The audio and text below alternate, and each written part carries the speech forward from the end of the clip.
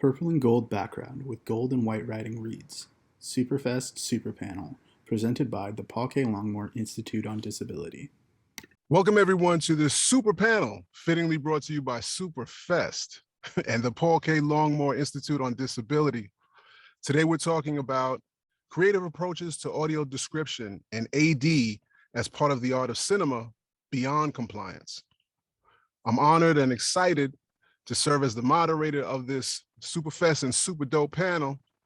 So let's get right into it by letting everyone introduce themselves, and I'll start. My name is Thomas Reid. I'm a brown-skinned Black man with a shiny, smooth shaved head. I have a goatee and I'm wearing dark shades and a t-shirt that says audio description is more than entertainment. I'm transmitting from my vocal booth located in my home in the Pocono Mountains in Northeast Pennsylvania. This is the original land of the Lenape people. It's about 90 minutes west of the place that I always call home, and that's the Bronx, New York. I'm an audio producer, voice talent, audio narration, audio description narrator, and most of all, I'm a consumer of audio description. I produce and host a podcast called Read My Mind Radio. It's a narrative podcast with music and sound design that features compelling people impacted by all degrees of blindness and disability. And in addition to occasionally sharing my own experiences as a man adjusting to becoming blind as an adult, over the years, I've devoted a significant number of episodes to audio description, now mainly under the series name Flipping the Script on Audio Description, which is all about going on beyond the mainstream conversation of audio description. So I'll now pass the mic first to Alison. Thanks, Thomas. Sorry. Thank you. I'm Alison Myers. I'm the audio description manager of the substation. I'm in Sydney on the traditional lands of the Eora Nation. I'm a 40-something-year-old white woman, and I'm sitting against a bookcase in the background here. And it's about 7 o'clock in the morning here in Sydney. Or the substation is a major audio description and captioning provider in Australia. So, thank you. That's it. Thank you, Alison. Emily?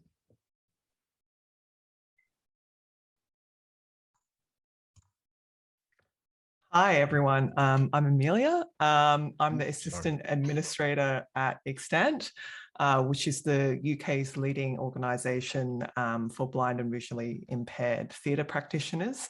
I'm a woman in her 20s of Chinese descent. I have long black hair. I'm wearing a striped navy and cream-coloured top, and I'm here in my house in London, and it's 10:18 p.m. Thank you. Amelia, and forgive me because my screen reader says your name wrong, so I did. That's all right. That's fine. Nathan. Yo, what's up, everybody? My name is Nathan Geering. I am the chief exec and founder of the Rationale method of audio description and accessibility. I am a mixed-race person of Black, Afro-Caribbean and British heritage. I have a short Afro hair with, I guess, a short beard, and the texture of the beard is kind of like that kind of texture to it. And I am wearing like a deep red, or even some might say burgundy, like a tight-fitted t-shirt, which is quite smooth in texture. It's more like a kind of vibe to it and things. And yeah, I am also the newly appointed co-artistic director of Theatre Delicatessen. So I'm one of the first people of color to actually run 2 theatre venues in the UK. One in Sheffield, where I currently live, and one in London. Very nice. Nathan, do me a favor. Give me a sound for my silky smooth bald head. Oh, that's it, sir. There it is. Yeah. Thank you. So I wanted to start off with a definition of audio description. It says narrated descriptions. Here's what audio description is. Narrated descriptions of a television program's key visual elements inserted into natural pauses into the program's dialogue. audio description makes TV programming more accessible to individuals who are blind or visually impaired. Now, that definition is from the FCC, and in the US, that's the governmental agency that regulates the AD regulations here in the States. So that kind of explains the bare minimum definition, in my view. So it makes me think of how someone is introduced to audio description and how that impacts what they view as the role of AD. So what I wanted to start is just kind of take a few minutes to each of you to share your introduction to audio description and talk about the role that it plays in your filmmaking and in your work in general. So we'll start where we left off. Nathan.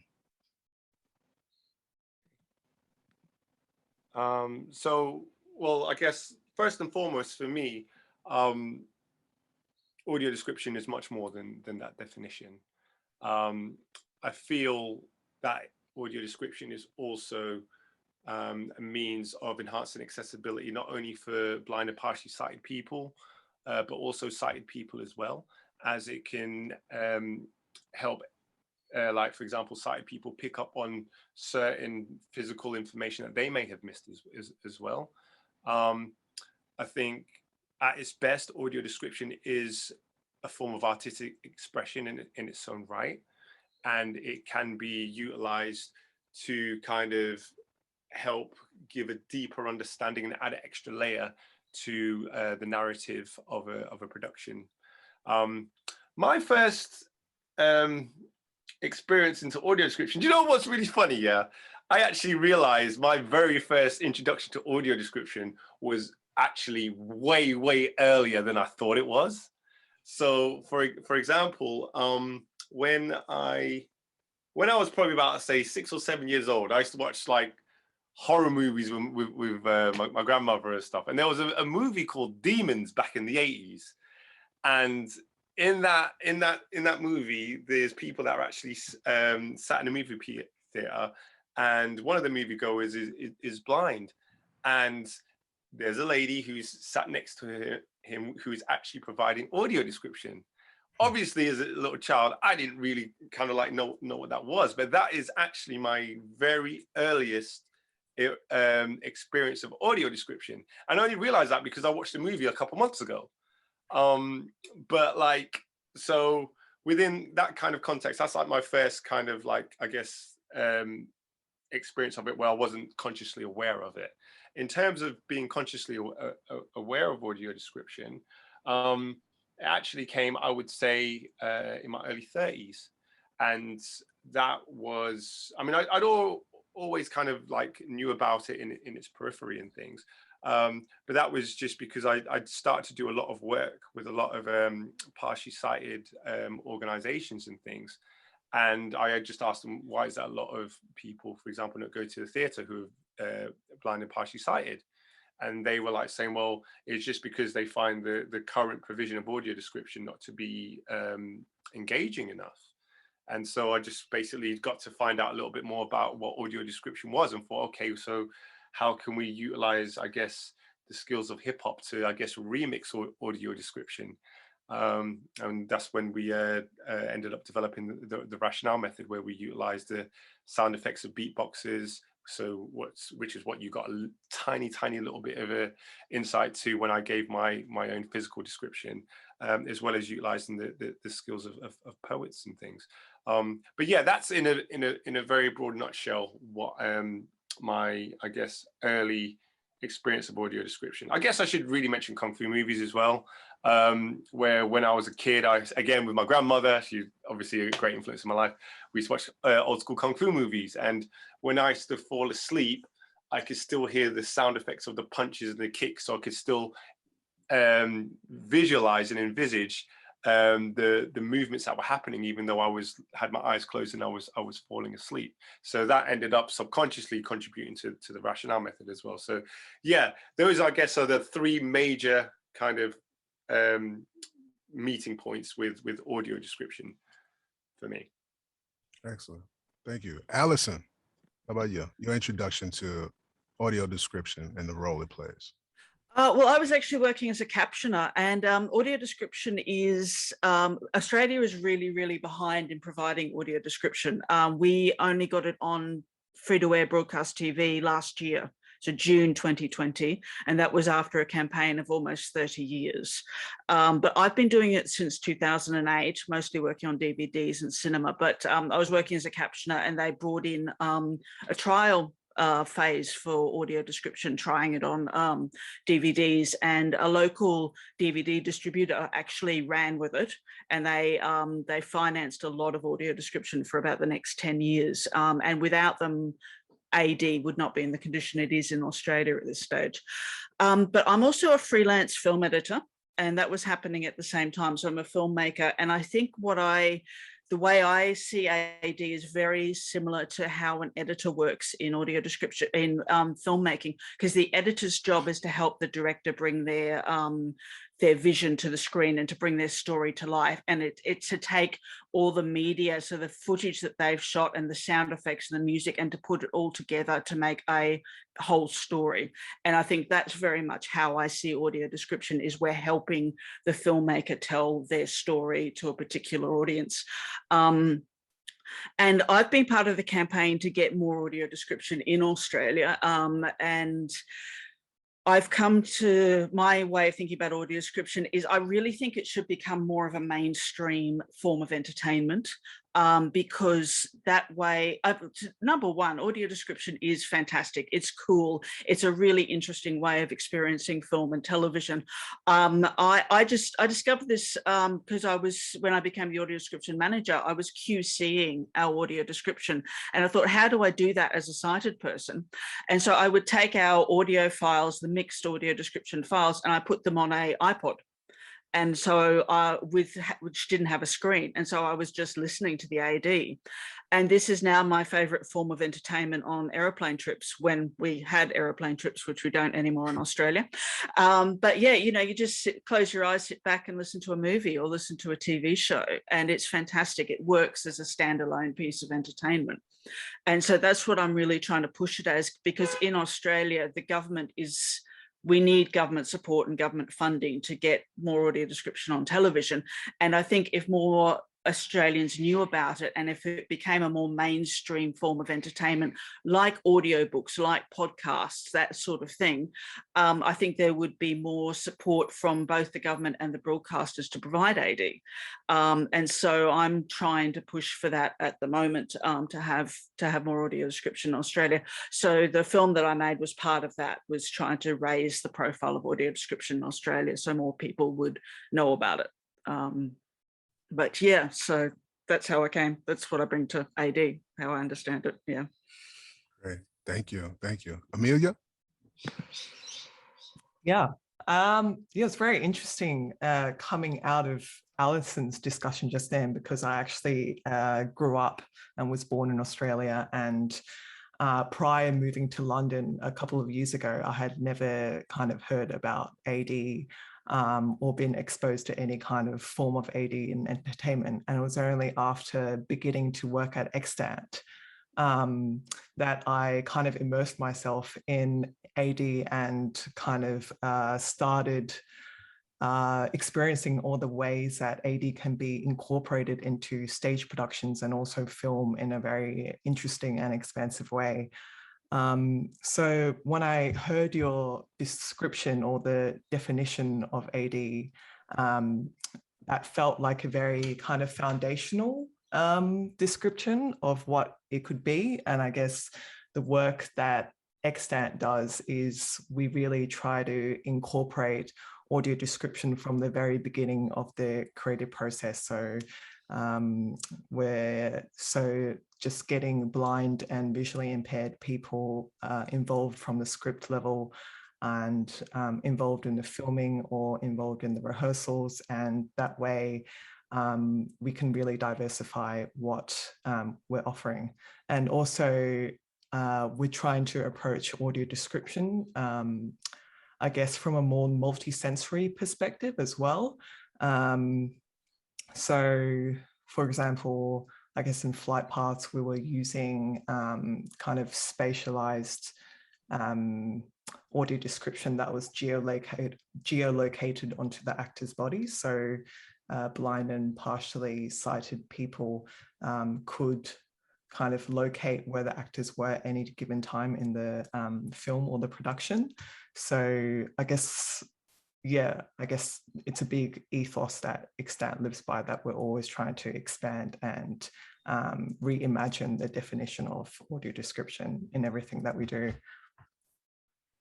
Awesome. I want to highlight that you said blind people involved in audio description from the moment of script writing. Just want to throw that out there again, because I like it so much. Nice. Let's talk about technology.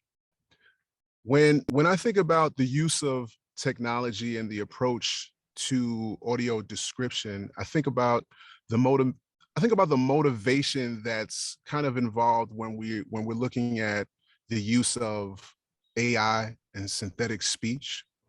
And to me, it's directly tied to that compliance approach, meaning that audio description, let's add it so we don't get in trouble, right? Get it done fast and as cheap as possible.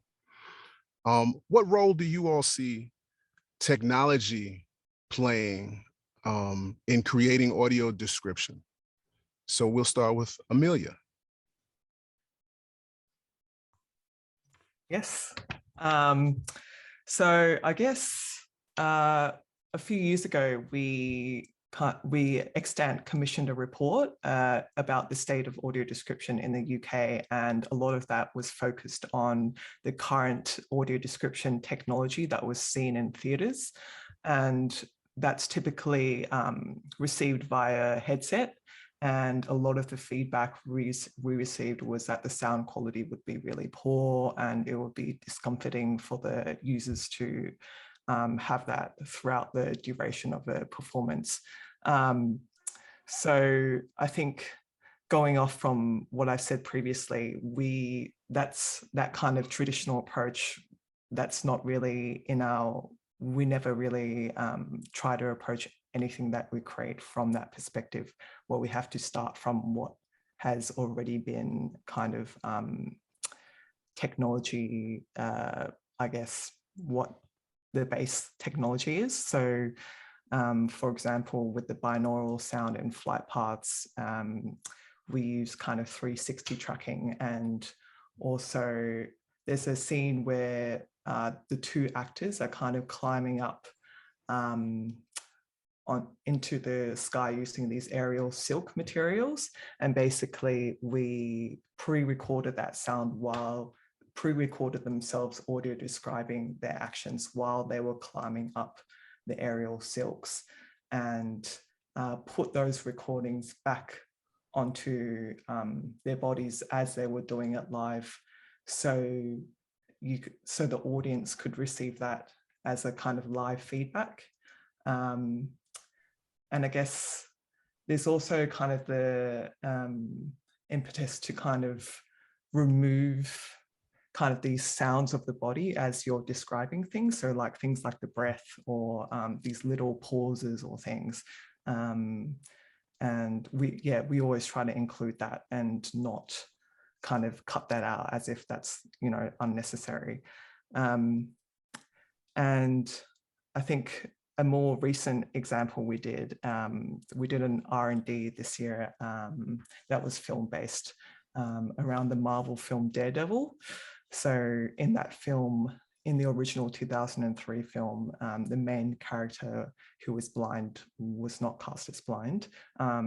So in this live adaptation that we did this year, we got the audio described soundtrack and we ripped that out of the film, and we're basically using that as a starting point to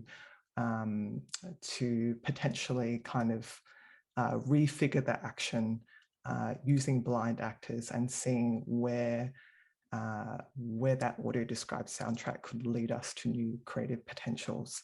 So in a way, that's kind of reversing the creative process in a film, where usually the audio described soundtrack is put on at the end. So we're using that and placing that at the very beginning, and seeing where that could take us. Yeah, so those are some interesting examples of kind of technology that we've been using as of late.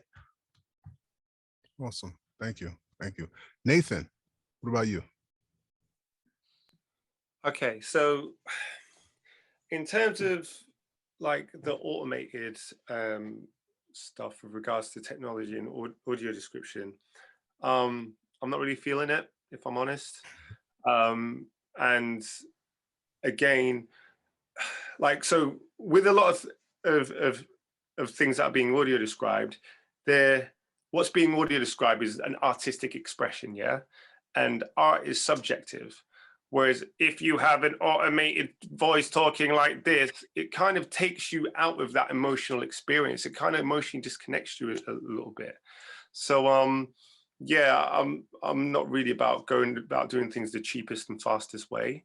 I'd say, let's make sure that we work with real humans, real people, wherever possible in what it is that we do. In terms of the uses of technology within audio description in film and theatre, like, for example, within film and theatre, again, just heightening sound effects. That's one way. So, for example, you can really kind of like emphasize certain movement quality and things by adding, I guess, a bit like a Foley sound effect or something in some cases.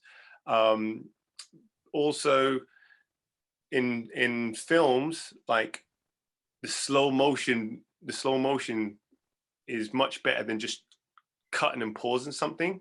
So, for example, if you have a film, the beauty is you can put some things in slow motion, and then what that does is that gives more space for the audio description to breathe, in terms of the text can fit within that without having to have a whole like soundscape happening and a dialogue, and all of a sudden just cuts dead, and then somebody just talks in between it, and then it just goes back into it. Whereas if you have like the slow motion element within editing, then the action can still be playing out, but you can see the detail more so.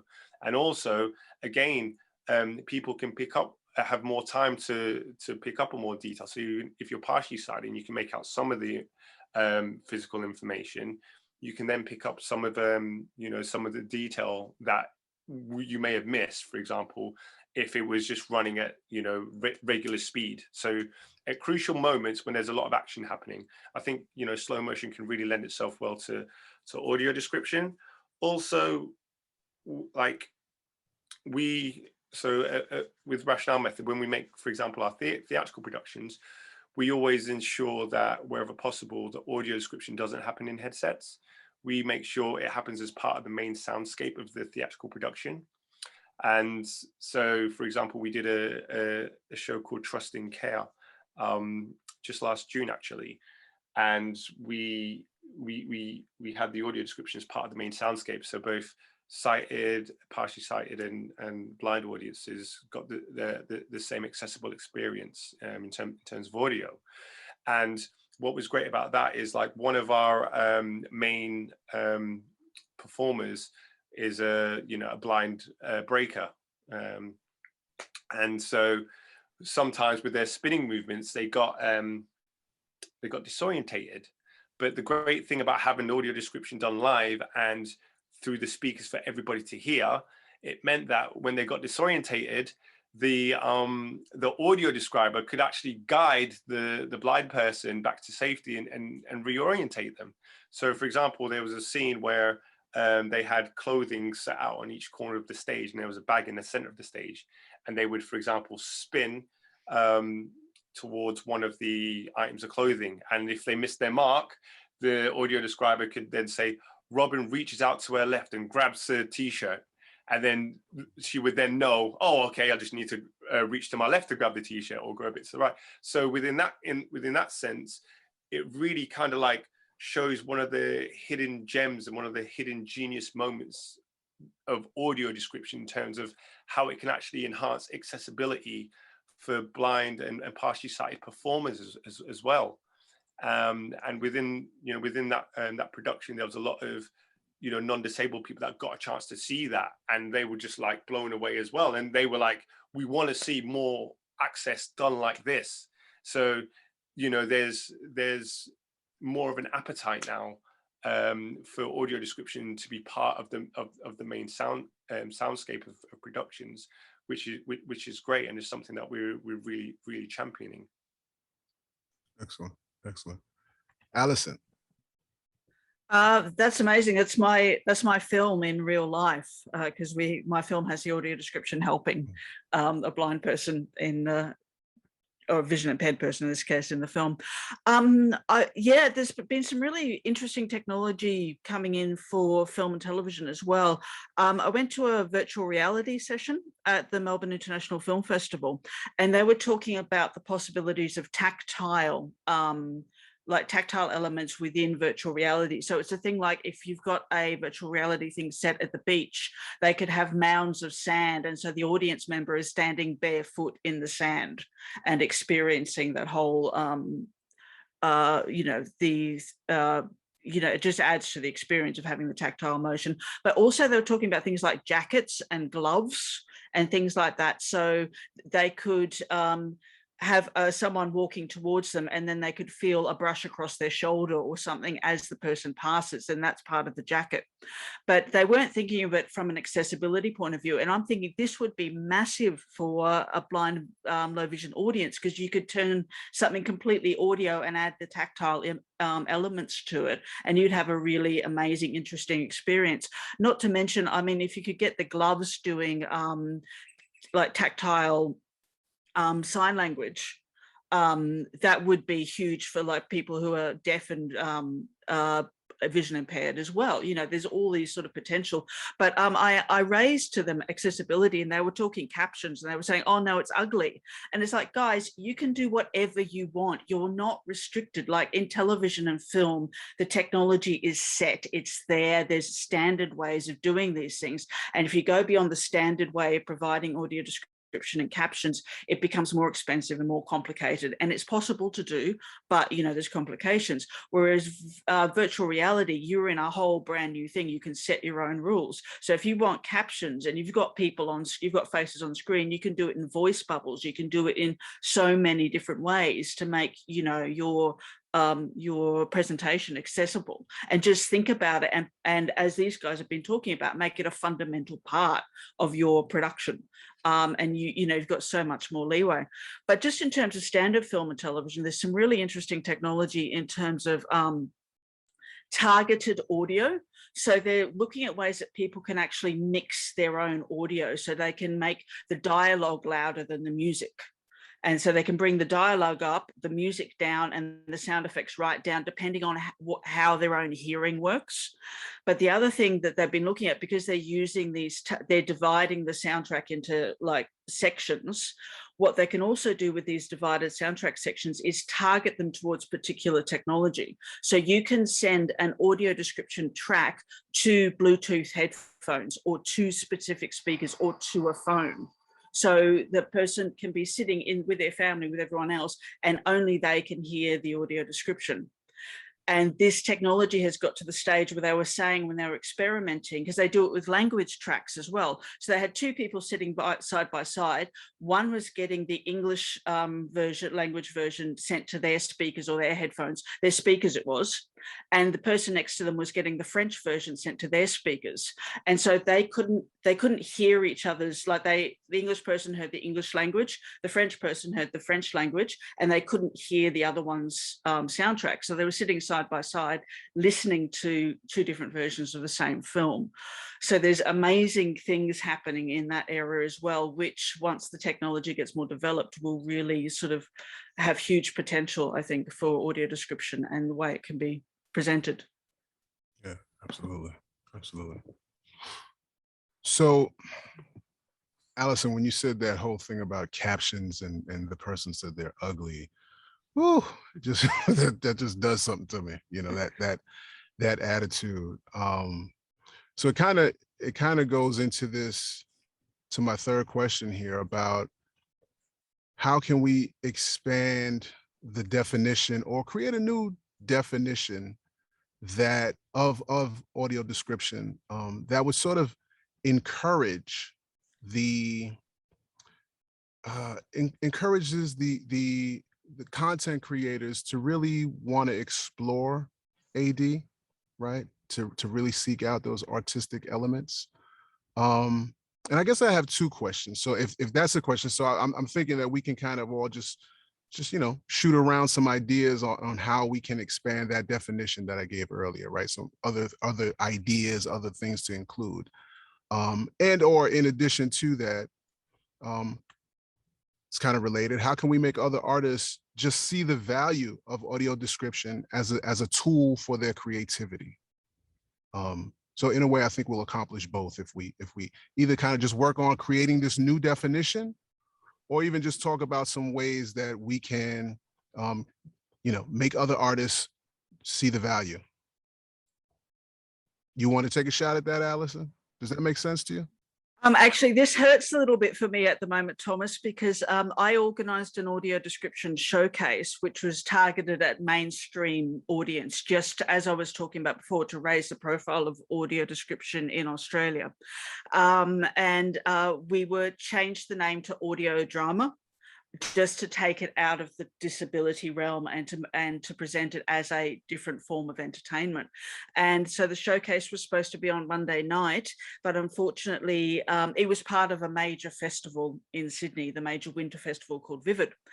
And unfortunately, it's been shut down due to COVID. So no audio description showcase, which is a bit unfortunate timing, because the audio description funding on Australian television is running out in the next 6 to 12 months. So this was part of a campaign to raise the profile of audio description, make it a mainstream audience thing. And that, as a film and television audio describer, that's what I think would be really important, is to take audio description out of the disability realm and make it a mainstream form of entertainment, make it an audio only version of experiencing the film and television, and writing and creating audio description from that stance. So in my experience, a lot of audio description is very visually based. People are coming from it from a sighted perspective, as you say. So it's things like, oh, you can't name characters in audio description before they're named in the film or television show. And it's like, well, that's rubbish, because naming is less important for sighted people, but it's really important for blind and low vision people. You need to identify yourself. And if there's no artistic reason not to name a character, then you name it in the audio description. So it's a very minor point, but it's thinking about the film and how it's not just adding in information, it's turning the film into an audio only version of the film. So it's turning it into a full, proper artistic production. And one of the advantages of turning this mainstream is there will be more funding for it, because if they can sell audio descriptions separately, they can make money from it, and therefore they're more likely to invest money into it. So you're more likely to get, because in Australia there is no money. And so if we have more investment into it, we're more likely to get professional voiceover artists and actually putting proper time into the mix and the writing and all that sort of thing. And I think once people become more aware of audio description in Australia, they will take it off into different directions and do different things with it in film and television. And there's so much that you can do with it. We have one company at the moment that's doing mainstream television commercials, and they're adding audio description to it. And we're slowly training them into making their television commercials more audio description friendly. But quite frankly, I think they should just be making all video productions of that sort should just not need audio description. It should already be integrated into the production itself. So this is television commercials, it's informational videos, it's all those sort of things. Everything should already be in the soundtrack. There should be no need to add audio description, and it should all be integrated into that. Film and television, I do believe directors and producers have the right to tell their story the way they want to tell it. And I think as an audio describer, what we then do is we need to work with their vision and work around what they've done. But I think we do need to do it from the perspective which is a bad word, of the blind audience. So listen to the soundtrack and base it around the soundtrack and not around the vision, because a lot of people get stuck on what's happening on screen. The most important information for the blind and low vision audience is what's happening in the soundtrack, and make that soundtrack work and make it a whole coherent standalone audio production. So I hope that answered the question. Yeah, thank you. Thank you. Yeah, absolutely. Some interesting stuff there. Amelia. Yes, I agree with a lot of what Alison said about expanding the definition of audio description. I think it requires kind of a reframing of what audio description really is.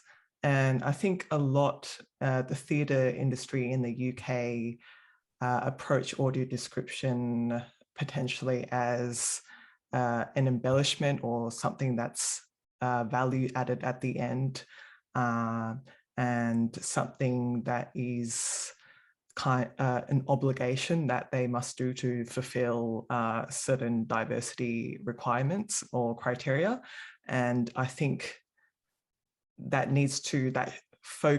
kind of approach needs to turn around, and people need to start approaching audio description as a question of communication, and also as a creative challenge in a way that can really open up ideas in the process of integrating it into your whatever you're making, would really open up and to new creative pathways. And I think a lot of what this traditional audio description, which is just, one voice that's very monotonous and just blasting in your ear, that kind of responsibility can be shared with the creatives in your project. So for example, in Extant, we have actors on stage who describe each other and in first and second person, and we've also kind of invited the audience in our productions to describe what's happening on stage, and we also make sure that the sound design is mirroring what's happening in the lighting design. So that kind of audio description element is shared across the board. And again, what I was saying back at the beginning, that if you want to approach audio description as a creative challenge, you have to think about it from the very beginning. So you should be thinking about the budget and what the staff and expertise that you need to bring on board, because it's not something that can be done lightly. So yeah, I would just suggest that people employ blind and visually impaired people of expertise into their creative process and make sure they're always involved. Excellent. Excellent. Again, I'm going to highlight that one. Nathan, what about you, sir? Yeah, so yeah, echoing what both Alison and Amelia have said really. Yeah, I agree with a hell of a lot of what they've said. I think there's a few factors that we need to put into practice in terms of like changing the culture of how audio description is perceived and received. So for example, like wherever possible, if we can ensure that it is embedded into, for example, the dialogue and the script writing, so there isn't so much of a need for added extra descriptions. If it can be done quite sophisticatedly within that way, then all of a sudden it makes everything a lot more accessible and a lot more seamless. So that's really like a gauntlet for example, like script writers to take their script writing skills to the next level. But also you have again with directors. I mean, they should be really engaged and invested in audio description, because if they think they're a genius director, then they should be able to ensure that their artwork is made accessible, right? Because if it's not, then they're not creating the genius art that they actually think they're doing.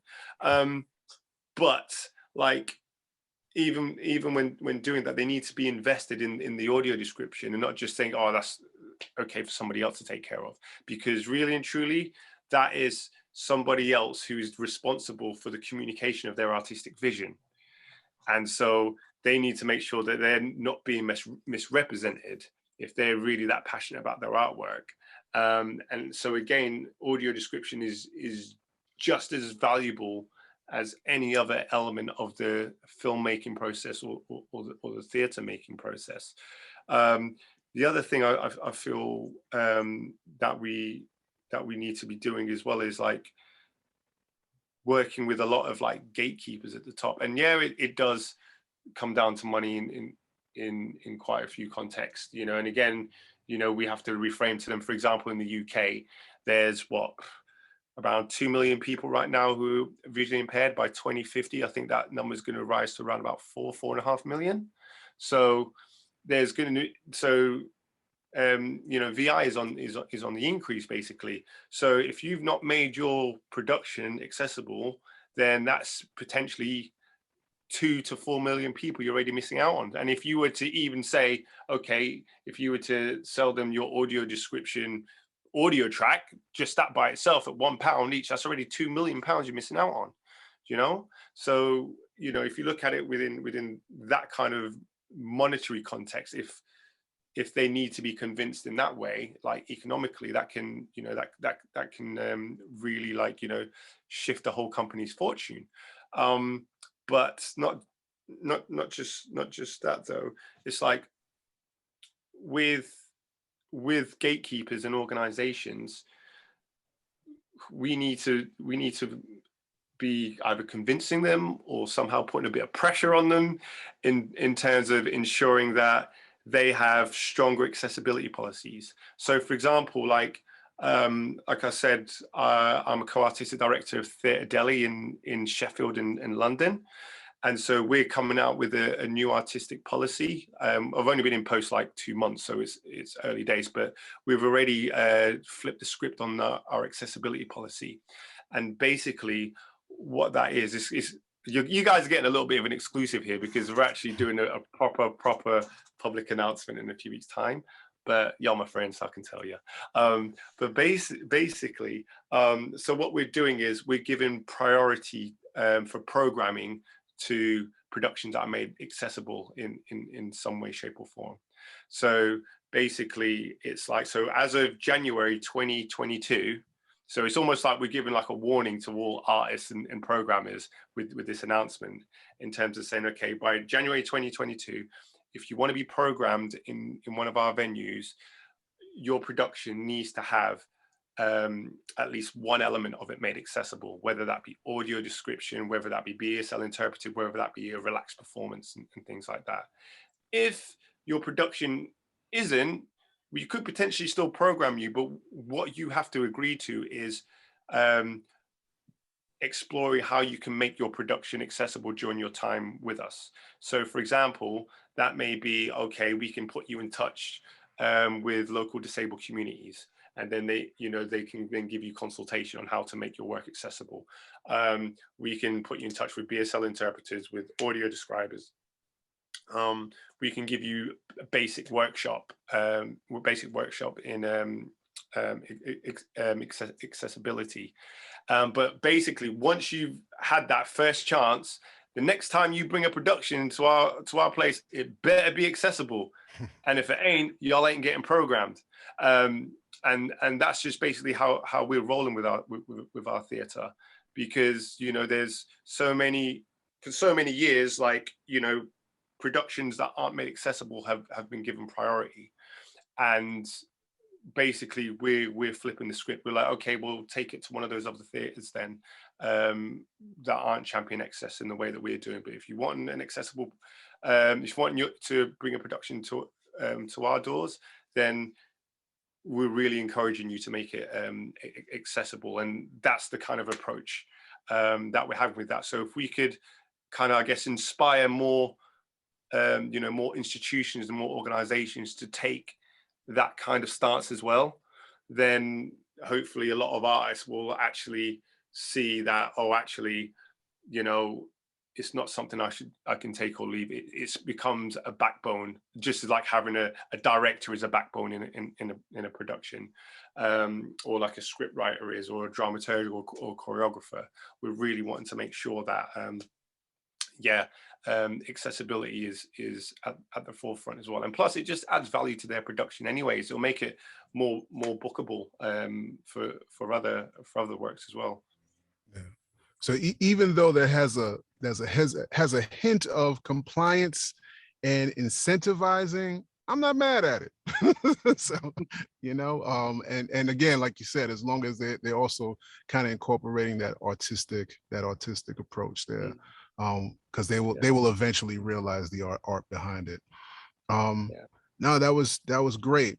One thing that I do want to mention, and we don't have to go into this because I think we're at that time, and Emily, you can cut all of this out. But I do want to mention one thing, and Alison, and I'm wondering if you want to give me your feedback on this. You talked about sort of taking AD into the mainstream, and I get it. The whole making it popular. I do get concerned about that, and I think you kind of touched on it because I think we're in par. But I'm always fearful of when we talk about that it moves blind people away from the center of audio description.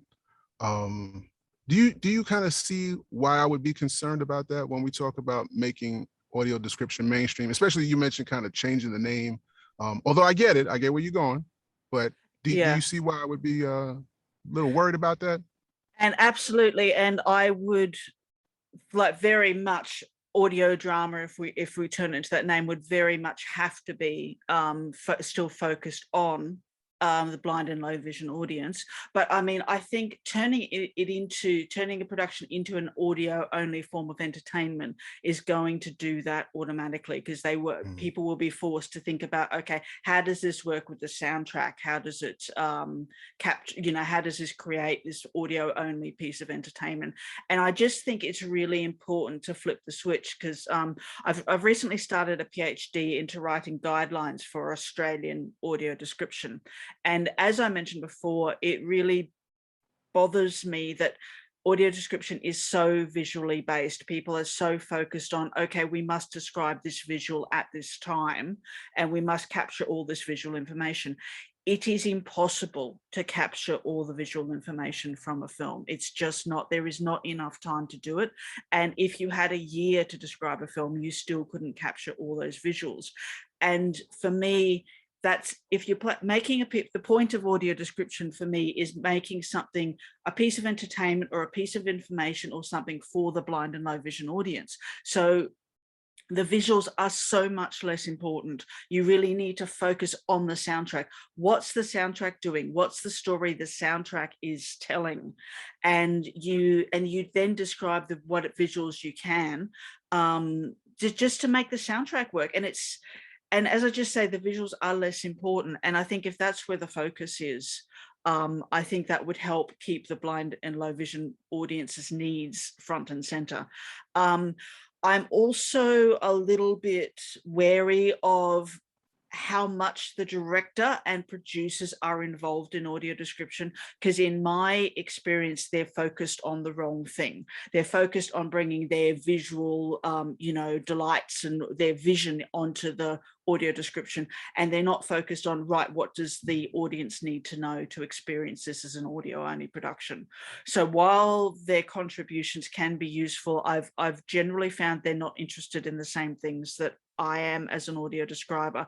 So things that they consider minor details are actually really important. And, they say, oh, we'll help you, we'll answer any questions. And when I ask them questions, they're just like, why do you need to know that? And it's like, it's actually important for the audio description. So while it can be useful, And especially if you're doing it from scratch, as Emily and Nathan have been talking about, if the audio description is actually incorporated into the production, great. But with film and television, that isn't so much going to happen. And yeah, I really think it's important to have audio description professionals who have the perspective of the blind audience. And as you keep saying, having the blind professionals and vision impaired professionals in and involved as much as possible in the audio description production is really important, because it make sure the focus remains where it needs to be on the blind and low vision audience and their requirements. But I just think stop turning it into an accessibility need, because people go into a different mindset when they're talking about accessibility needs, and they turn that into, oh, that's an added extra, that's a stapled on thing, it should be cheap and nasty. I think if you turn it into a mainstream form of entertainment, which it is, I mean, audio description is so damn cool. And if we just focus on that and the fact that it is great, it's entertainment, it's wonderful, and turn it into that, then it's just better for everybody, I think. So excellent, excellent. Before we go into the next thing, anybody else want to say anything on that? Okay. If not, why don't we? Oh, go ahead, sir. Yeah. I just think as well. The other thing we just need to really hit home is about just the different like artistic aesthetics that audio description can have. I think the more we can open people up to the different artistic aesthetics and aesthetic possibilities of it, I think the more chance we have of, I guess, changing the hearts and minds of artists and makers to create audio description in exciting and engaging ways, really. I think, you know, like there's a lot of incredible poets out there that can, you know, really add some incredible storytelling layers, you know, to audio description. There's also, you know, some audio describers have like a little bit of a fan base because they're so dynamic in their delivery. You know, so I think, again, it's, you know, it's good to be able to get different examples of how you can be creative and engaging with audio description. And again, if you can have it as part of the main soundscape for, you know, for creatives to hear wherever possible, then they may be inspired to actually, do you know what I mean? Yeah, they may be inspired to actually take audio description as seriously as it needs to be, and even become passionate about it. Like, for example, there's a lot of poets that work with my company, and, you know, they'd never considered audio description before I approached them. And now they're like, yo, this is dope, this is wicked. And yeah, they absolutely love it. And, you know what I mean? They're, you know, it's now on their radar for, like, you know, a lot of their work that they make just within their normal poetry, never mind the accessible poetry and things. So yeah, I think, you know, again, motivation by inspiration. Boom. That's a perfect place to end it right there, because that's what we're talking about. That's what this is all about. Where can folks, quickly, let's go through some social media. So where can folks find you? Alison. Oh dear Lord, the substation Substation Media Services, I guess. I'm not terribly big on social media, but if you'd like to see Lobster, which is my film, it's on the TV for All YouTube page, and so that's one word with number 4, TV for All, and that's part of the campaign to get more audio description on Australia. So my film is called Lobster, and the screen is completely black for anyone who hasn't run across it. So very good, very good. Amelia. Yes, so our film, Extant's film Flight Paths, that's available online and it's free. It's at flightpaths.extant.org.uk, and you can also find Extant on social media on all Instagram, Twitter and Facebook at Extant Limited, that's LTD. Excellent. Nathan. Okay, so you can find me at, for example, Instagram, Rationale Method, or just my name, Nathan Geering, whichever one you want. I'm also on Twitter at Method Rationale. We have a website, www.rationalemethod.com. If you're interested in the theatre work that we do at Theatre Delhi, there's www.theatredeli.uk. I have a registered charity where we teach people with visual impairment breaking as a means of injury prevention to improve spatial awareness. That's rationalearts.com, or Rationale Arts on all the social media handles. That's just hit us up. We'd love to hear from y'all. Excellent. Well, thank you all. Sincere thanks to all of you all, the panelists, and to the Paul K. Longmore Institute on Disability, Superfest, the hottest disability film festival out here. Okay. And my name is Thomas Reid again. You can find me on Read My Mind Radio, wherever you get podcasts. Just remember, Reid is spelled the right way. It's R to the E-I-D, like my last name.